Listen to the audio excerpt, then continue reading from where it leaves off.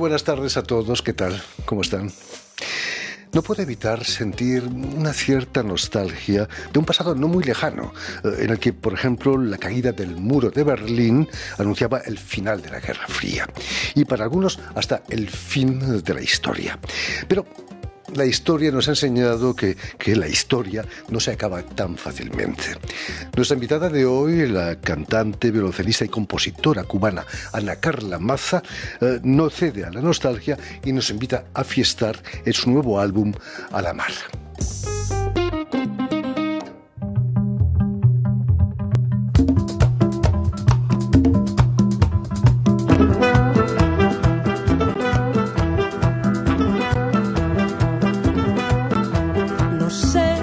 Lo que va a pasar, yo solo sé que hay que fiestar. No sé lo que va a pasar, yo solo sé que hay que fiestar. Muy buenas tardes, Ana Carla. Muy buenas tardes, Jordi. Qué emoción, qué felicidad de estar aquí contigo nuevamente en los estudios de RFI, el invitado. Muchas gracias por la invitación. No mayor que nuestra emoción de recibirte. La incertidumbre de nuestros tiempos no debe impedirnos vivir el presente, ¿no? Sí. Carpe diem, festear. Es muy importante también en este disco A la Mar, que está hecho de cómo transformamos el exilio, los momentos dolorosos, los momentos difíciles en luz. En brillo, en alegría y en resiliencia. Es importante, sobre todo en el momento en que vivimos hoy, también cómo transformamos nuestra historia de momentos difíciles en poesía, en alegría. Y lo podemos ver en cada canción, está esa intención también de ese diálogo con el violonchelo y la voz, de manera muy unificada y poética a través de la cultura y del arte, invitarnos a esta reflexión y a esta, digamos, filosofía de vida, porque claro, sí, es una actitud, decidir ser feliz es una actitud ante la vida. Ana Carla, no sé si conoces una expresión muy española que dicen los que van a engañar a su mujer, dicen pelillos a la mar.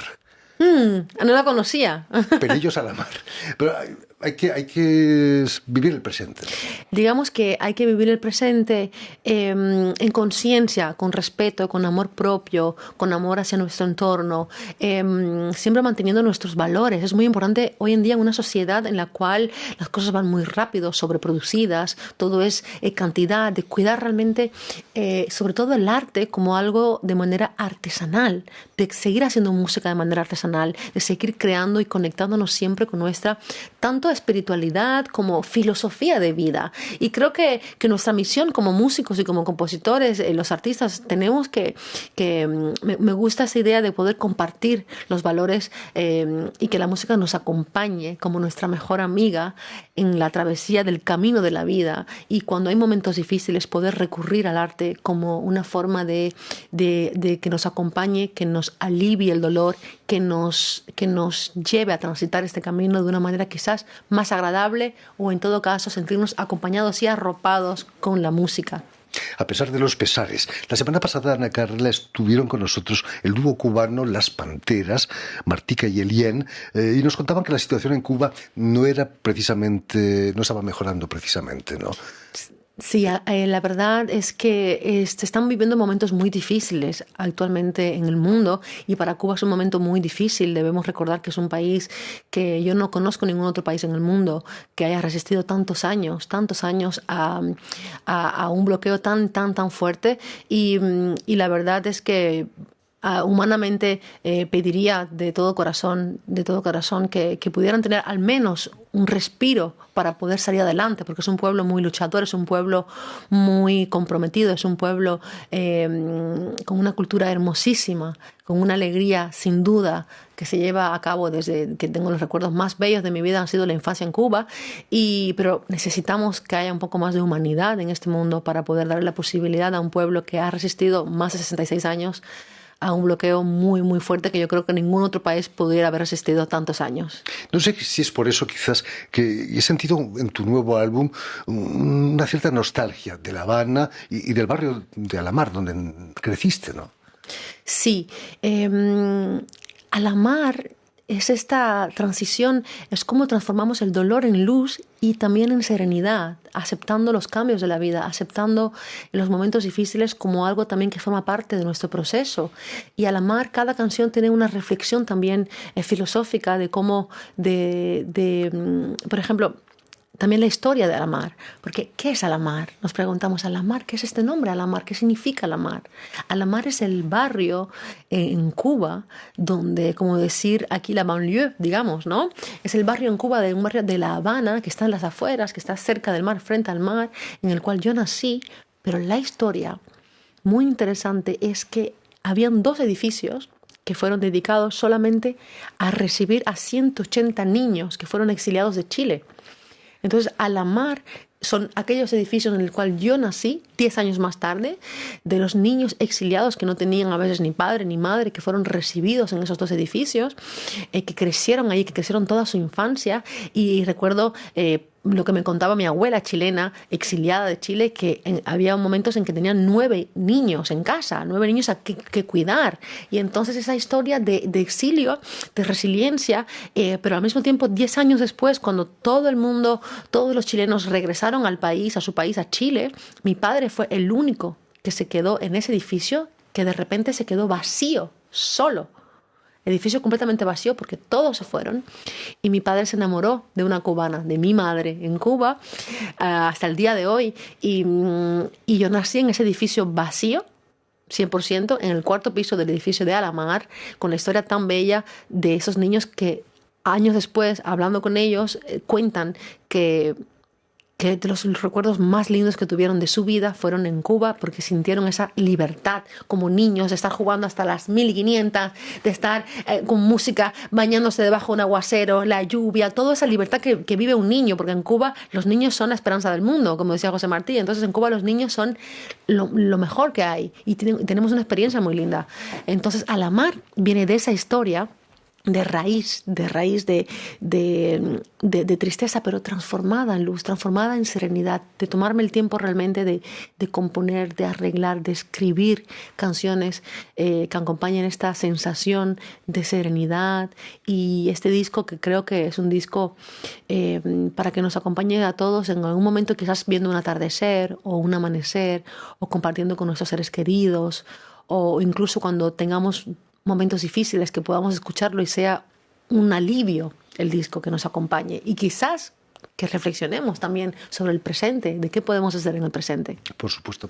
¿De qué modo ha marcado tu trayectoria el hecho de ser hija de 2 músicos chilenos?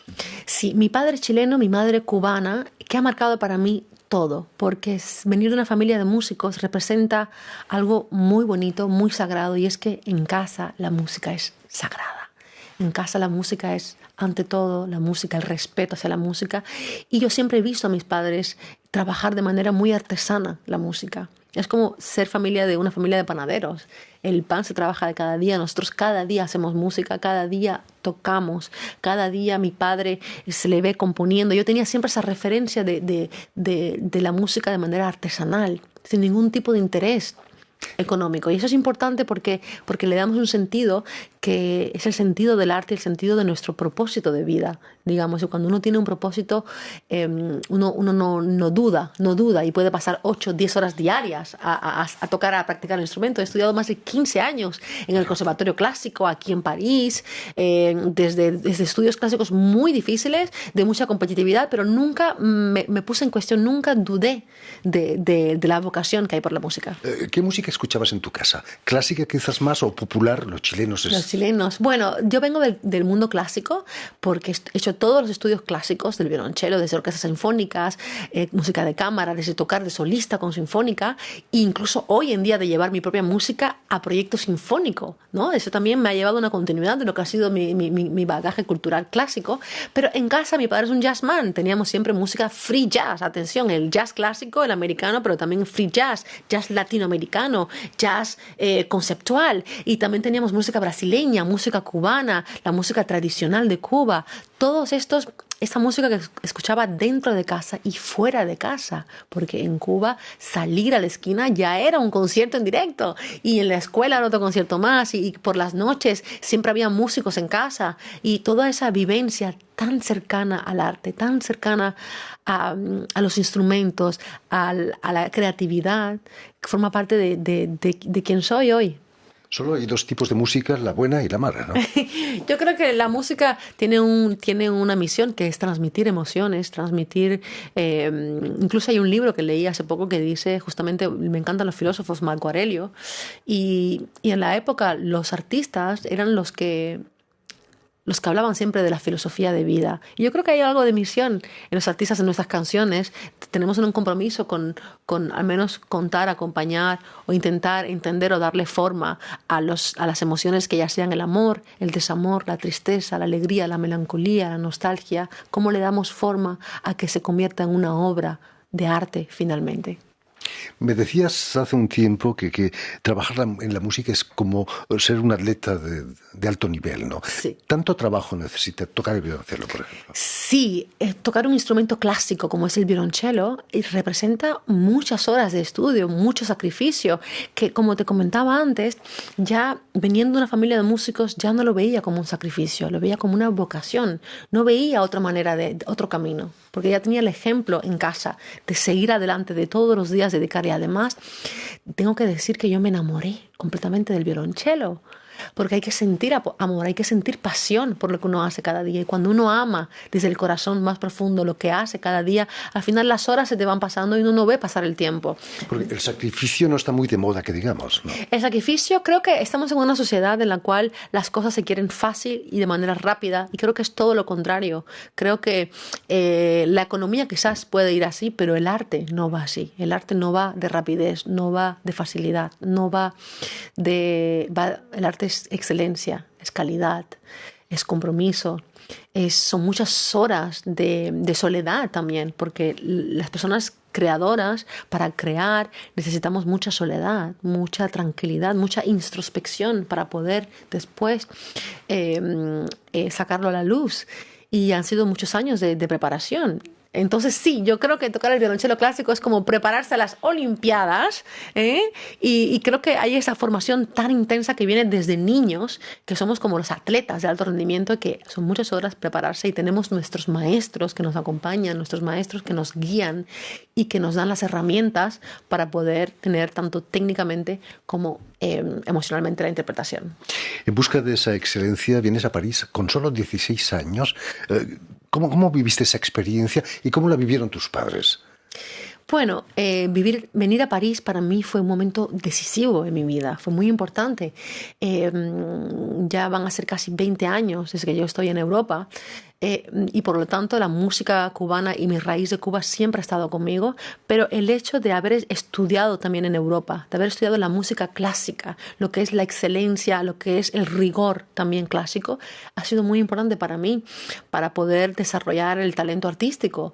Y esa era una de las cosas por la cual yo soñaba siempre venir a París, porque yo veía París como una ciudad del arte, una ciudad de teatros, de conciertos, y cuando vine me empapé de conciertos. Diariamente iba a ver conciertos, la ópera, desde niña ya iba en Cuba a ver la ópera, el ballet, la pintura, y entonces estoy fascinada y siempre me he fascinado por esto, y entonces estudié muchísimo para poder pasar el concurso, para poder ser aceptada y para poder cumplir mi sueño de empezar mi carrera también como creadora y no solamente como intérprete clásica.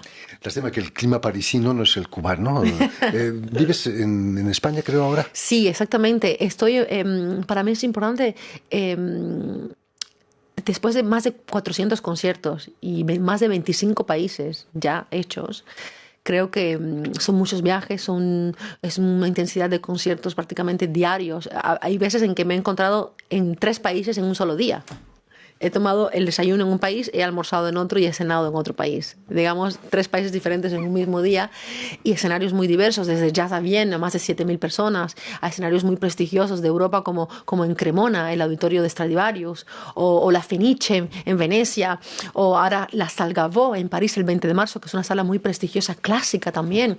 Entonces, creo que era importante para mí de encontrar también un lugar donde haya sol y donde yo pueda simplemente recargar una energía que es en soledad, que es en tranquilidad junto a mi familia para poder seguir dando energía, para poder seguir dando todo lo que se vive en cada concierto, porque cada de mis conciertos, cada uno es muchísima energía y mucha vitalidad de mis conciertos y me doy como si fuera cada uno el último de cada concierto. Me decías, Ana Carla, que vives en el Vendrell, en Tarragona, en la misma calle donde nació Pau Casals, el gran violoncelista.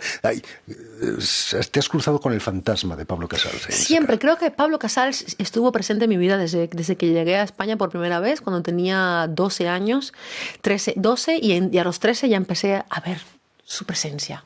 Y era muy importante porque en aquella época yo no era la única que tocaba el violonchelo en mi pueblo. No había nadie más y no tenía con quién tener una conversación de violonchelo, más allá, filosófica o de ganas, o el amor por el violonchelo, digamos. Pero al ver las estatuas de Pablo Casals, al ver que había una autopista, a ver sus estatuas, algo decía a mí, y siento como haber casi que conversado con Pablo Casals, como no estás presente, pero de alguna manera sí te siento vivo, sí te siento en mí, y ha sido una inspiración, como lo ha sido Jacqueline Dupré, como lo ha sido Rostropovich, como lo han sido grandes violonchelistas que no están presentes vivo, pero que han dejado su obra. Eso es lo que pasa con el arte cuando lo pensamos como artesanía y con compromiso, no simplemente como un producto rápido, sino lo pensamos como un compromiso de toda la vida, y es cuando esos grandes maestros han sido mi inspiración también, y les agradezco porque han estado presentes en mi vida, aunque no los haya conocido personalmente. Pablo Casals, un gran artista, pero muy comprometido también, pasó la mitad de su vida en el exilio. Exactamente. Y también hay una misión también, es decir, hay valores que se comparten. Nosotros los músicos, en mi caso, los valores que comparto en el disco de Alamar son valores que realmente, sinceramente, los he vivido, los siento y en plena sinceridad. Los transmito a través de la música. De hecho, hay 30 canciones que no están en el disco. Del disco tiene 9 canciones, pero hay 30 que no están, porque al final hay una elección también de qué mensaje queremos transmitir. Y vivimos desde el cha-cha-cha hasta la habanera, hasta la canción de Alamar, que tiene esa mezcla afrocubana, hasta una bachata, tenemos una cumbia, tenemos un reggae, tenemos un son cubano tradicional, y toda esta música ha llevado a una manera de tocar el violonchelo innovadora, diferente. Y también en este disco encontramos un violonchelo muy lírico, muy en el cantabile de las óperas italianas. Entonces, todo este bagaje, digamos, estas maletas, todo este aprendizaje clásico vivido desde París y tocado en los teatros de Italia, todo esto que he experimentado en estos años está en el disco de Alamar. Has crecido mucho desde entonces. Precisamente la Sala Gaveau te va a venir como anillo al dedo, ¿no? Es una sala ideal para ti. La Sala Gaveau es una sala preciosa, es una sala con mucha elegancia, con una acústica increíblemente linda, y en la Sala Gaveau yo fui a admirar varios violonchelistas muy conocidos que vinieron durante mis estudios a hacer conciertos en la Sala Gaveau, y yo sentía una especie de admiración por esa sala, de algo mágico.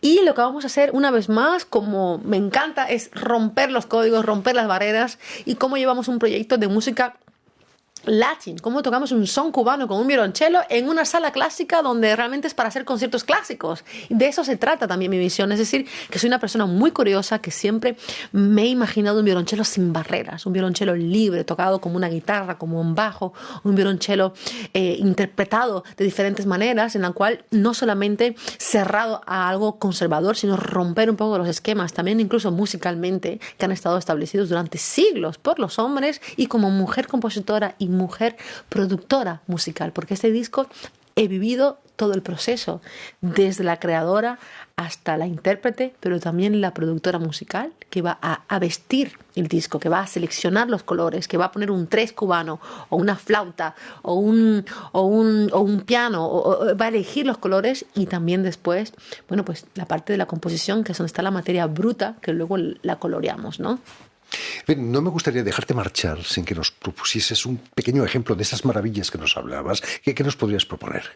Muchas gracias. Sí, vamos a escuchar una canción donde el violonchelo justamente se utiliza desde otro ángulo, un violonchelo tocado con los dedos de pizzicato, donde va a acompañar como si fuera un arpa, pero al mismo tiempo va a acompañar como si fuera una guitarra de un reggae de Bob Marley, o al mismo tiempo va a sacar un arco, pero el arco virtuoso de un concierto para violonchelo. Y entonces todas estas herramientas que han formado parte de mi vida, de mis estudios, de mi experiencia vital, forman parte de esta canción que les tengo para ustedes. Ana Carla Maza y su violoncelo.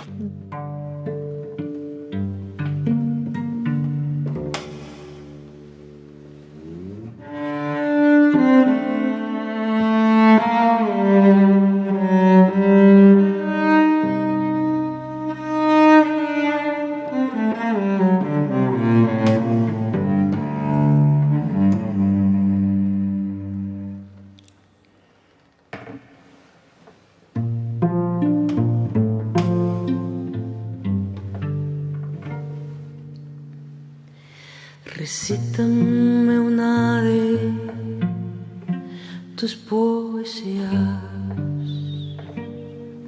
no importa qué horas sean, ni cuántas noches quedan, yo solo quiero un poco más de ti. ¿Dónde estás? ¿Dónde estás? ¿Dónde estás? ¿Dónde estás?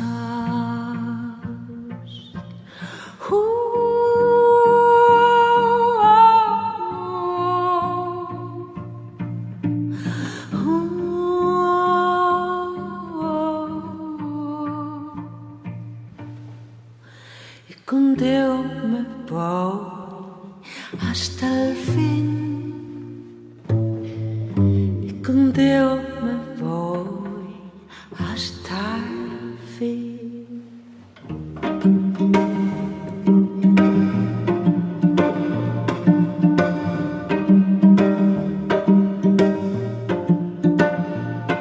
Y contigo me voy hasta el fin, y contigo me voy hasta el fin.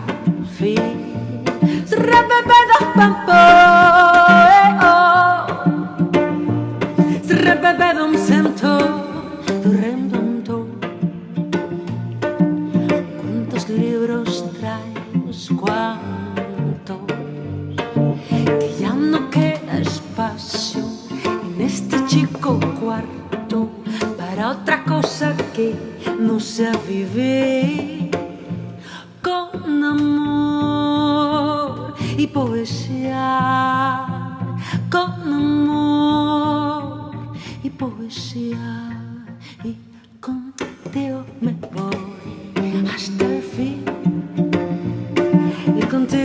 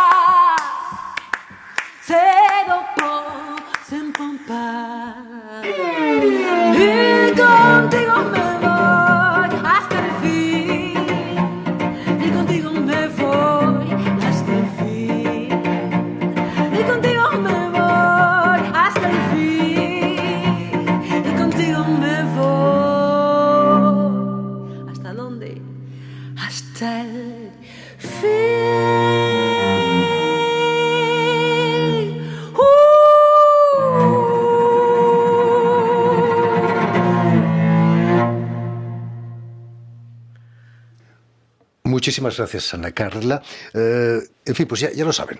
El nuevo álbum de Ana Carla Maza, A la Mar, sale al mercado el 27 de marzo, si no me equivoco, pero antes, el 20, estará en concierto en la maravillosa Sala Gabo, aquí en París. Mucho éxito aquí en París, Ana Carla. Muchísimas gracias siempre por apoyar la cultura, por apoyar a los artistas, creadores también, y por darle un espacio de conversación para todos ustedes. Y un saludo muy grande a todas las personas que nos están viendo actualmente desde América Latina, desde España. Un saludo, y evidentemente estaremos leyendo sus comentarios en las redes, muy activos siempre para estar conectados a través de todas estas plataformas que nos ayudan muchísimo. Muchísimas gracias a todos. Ahí queda dicho. Permíteme también que dé las gracias a Vanessa Loiseau y a Julian Leng, quienes han encargado hoy de la realización del programa, y saludar también a nuestros telespectadores, porque también los tenemos, que nos siguen en todo el continente americano, desde Chicago hasta la Patagonia. Maravilla. Pasando por La Habana, por supuesto, gracias a una cadena de televisión que se llama UCL, un canal latino, y una red también que se llama TAL, TAL, que reúne televisoras públicas y universitarias de los dos continentes. Muchas gracias. Y a ustedes, muchísimas gracias por su atención, y les damos cita para una nueva edición de El Invitado de Radio Francia Internacional.